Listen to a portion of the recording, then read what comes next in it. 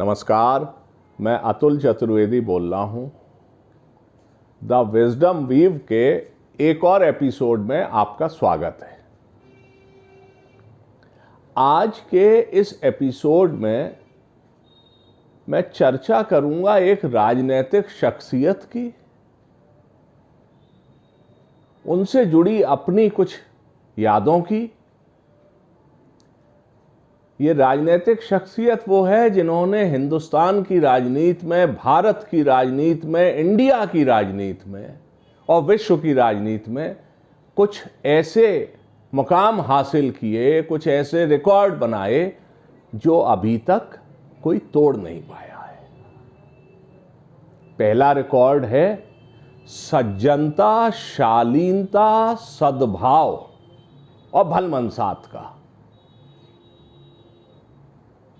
आप समझ रहे होंगे कि मैं किसकी बात कर रहा हूं, लेकिन एक और आगे बताता हूं। उसी व्यक्ति का एक और रिकॉर्ड है लोकसभा में 414 सीटें जीत के आने का, और जो रिकॉर्ड आज जब मैं सितंबर 2023 में यह एपिसोड रिकॉर्ड कर रहा हूं, अभी तक कोई तोड़ नहीं पाया है। जी हां, मैं बात कर रहा हूं भारत के एक स्वप्न दृष्टा युवा प्रधानमंत्री स्वर्गीय राजीव गांधी की। मैं आज के इस एपिसोड में ना उनकी राजनीति की बात करूंगा, ना अन्य विषयों की बात करूंगा। उसका जब मौका आएगा तो वो बात होगी। लेकिन आज मैं बात कर रहा हूं एक ऐसे प्रधानमंत्री की, एक ऐसे नेता की जिसकी शालीनता ही उसका सबसे बड़ा परिचय थी, जिसकी सज्जनता ही उसका एक बहुत बड़ा गुण थी।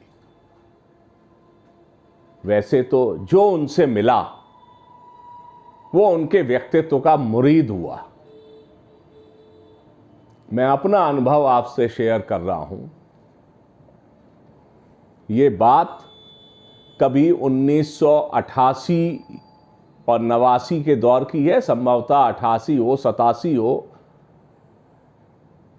राजीव गांधी जी भारत के प्रधानमंत्री थे।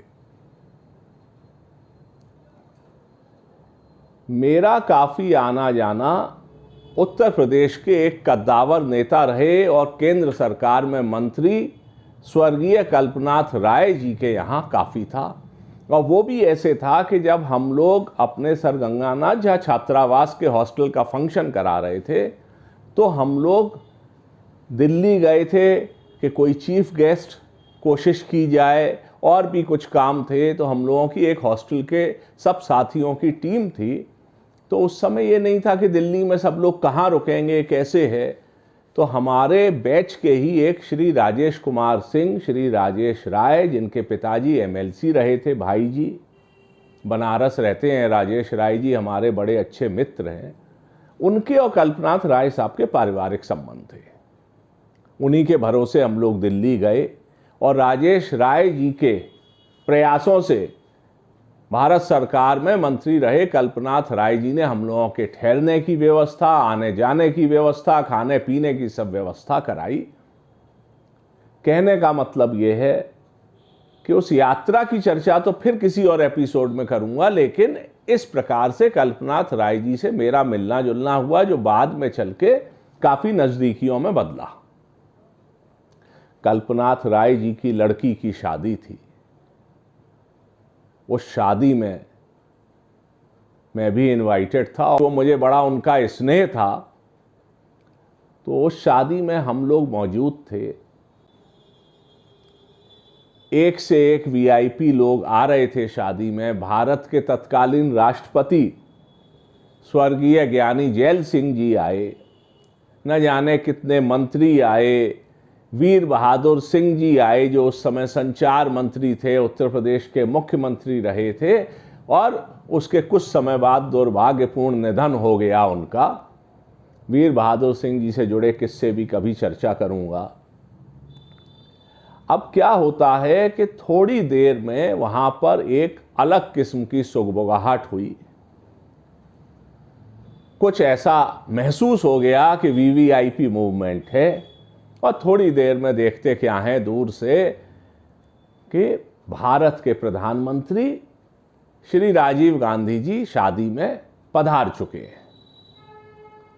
राजीव गांधी जी स्टेज पर गए, हम सब लोग दूर से देख रहे थे और चूंकि जैसा मैंने बताया कि आदरणीय कल्पनाथ राय जी का मुझ पर विशेष स्नेह था, उन्होंने मुझे मंच पर, स्टेज पर बुला लिया। मेरे लिए तो यही एक बहुत यादगार पल था। लेकिन इतना ही नहीं, कल्पनाथ राय साहब ने राजीव गांधी जी से मेरा परिचय कराया। बादामी रंग का बंद गले का सूट पहने वो सुदर्शन व्यक्तित्व, ऐसा आकर्षण उनकी मुस्कुराहट में था, इतनी सज्जनता झलकती थी कि आप देखें तो कुछ क्षण तक तो यही महसूस करें कि भारत के प्रधानमंत्री इतने सज्जन व्यक्ति के मैं सामने खड़ा हुआ हूं। राजीव गांधी जी ने मुस्कुराते हुए मेरे नमस्कार का जवाब देते हुए मेरा हाथ अपने हाथ में ले लिया। कल्पनाथ राय साहब ने बताया कि ये फिरोजाबाद के नगर पालिका परिषद के अध्यक्ष श्री अशोक चतुर्वेदी जी के पुत्र हैं। चूंकि राजीव गांधी जी मेरे स्वर्गीय पिताजी से भी परिचित थे, लेकिन वो भारत के प्रधानमंत्री थे और वो प्रधानमंत्री राजीव गांधी जी मेरा हाथ पकड़े हुए हैं और मुस्कुराते हुए उन्होंने पूछा कि चेयरमैन साहब कैसे हैं। मेरे मुंह से तो बोल निकलना मुश्किल था। मुझे नहीं मालूम कि और लोग कैसा महसूस करते हैं, लेकिन एक स्टूडेंट से, यूनिवर्सिटी से निकला हुआ लड़का, 26-27 साल का लड़का, और भारत के प्रधानमंत्री ने उसका हाथ में ले रखा है, मुस्कुरा रहे हैं, शालीनता से बात कर रहे हैं, मेरे लिए वो जीवन के न भूलने वाले पल थे। मेरा राजीव जी से इतनी ही मुलाकात नहीं, इसके बाद एक बार मैं, और जब वो विपक्ष के नेता हो गए थे और 10 जनपद में रहते थे, तब भी मैं कल्पनाथ राय जी और स्वर्गीय गुंडू राव जी के साथ उनके जन्मदिन पर बधाई देने गया था। तब भी वही सज्जनता, वही शालीनता कि फील्ड में आइए, आप लोग काम करिए, कल्पनाथ राय जी और गुंडू राव जी से उन्होंने कहा। कहीं दूर दूर तक अभिमान का नामो निशान नहीं हो। ये कौन आदमी है जिसने अभूतपूर्व मैंडेट प्राप्त किया था लोकसभा में, जो जब अमेरिका गए तो अमेरिका के राष्ट्रपति, जिनकी छवि एक बहुत कड़े राष्ट्रपति और मजबूत राष्ट्रपति के रूप में थी, रोनाल्ड रीगन उनके लिए अपने हाथ में छाता लेके चल रहे थे। उसकी ये शालीनता। कल्पनाथ राय जी के यहाँ उसी शादी में जब दावत में हम लोग गए, कुछ लोग, तो मुझे भी वीवीआईपी एरिया में जाने का मौका मिला और राजीव जी ने फिर मुस्कुराते हुए और मुझे इशारा किया पहले प्लेट लेने का। ऐसे अद्भुत नेता, ऐसे अद्भुत व्यक्ति, इस याद को मैं कभी भूल नहीं पाऊंगा। और मैं इसलिए शेयर कर रहा हूं कि जो लोग सामाजिक जीवन में हैं, पब्लिक लाइफ में हैं, कुछ संघर्ष कर रहे हैं, कुछ अच्छे पदों पर हैं, कुछ बहुत अच्छे पदों पर हैं, किसी के विचार मिलते हैं, किसी के नहीं मिलते हैं, लेकिन ये ध्यान रखने की बात है कि सज्जनता, शालीनता और सद्भाव, इसका कोई विकल्प नहीं है। मैं उम्मीद करता हूं कि ये जो एपिसोड है, जिसमें मैंने अपनी ये एक स्मृति आपके साथ शेयर की है, ये आपको अच्छा लगा होगा।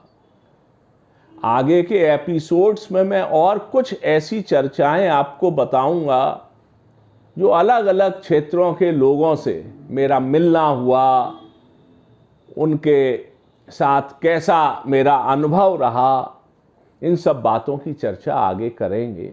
आपको अगर एपिसोड अच्छा लगा हो, ये चैनल की वार्तालाप अच्छे लग रहे हो, तो कृपया चैनल को सब्सक्राइब अवश्य करिए, इस एपिसोड को लाइक करिए।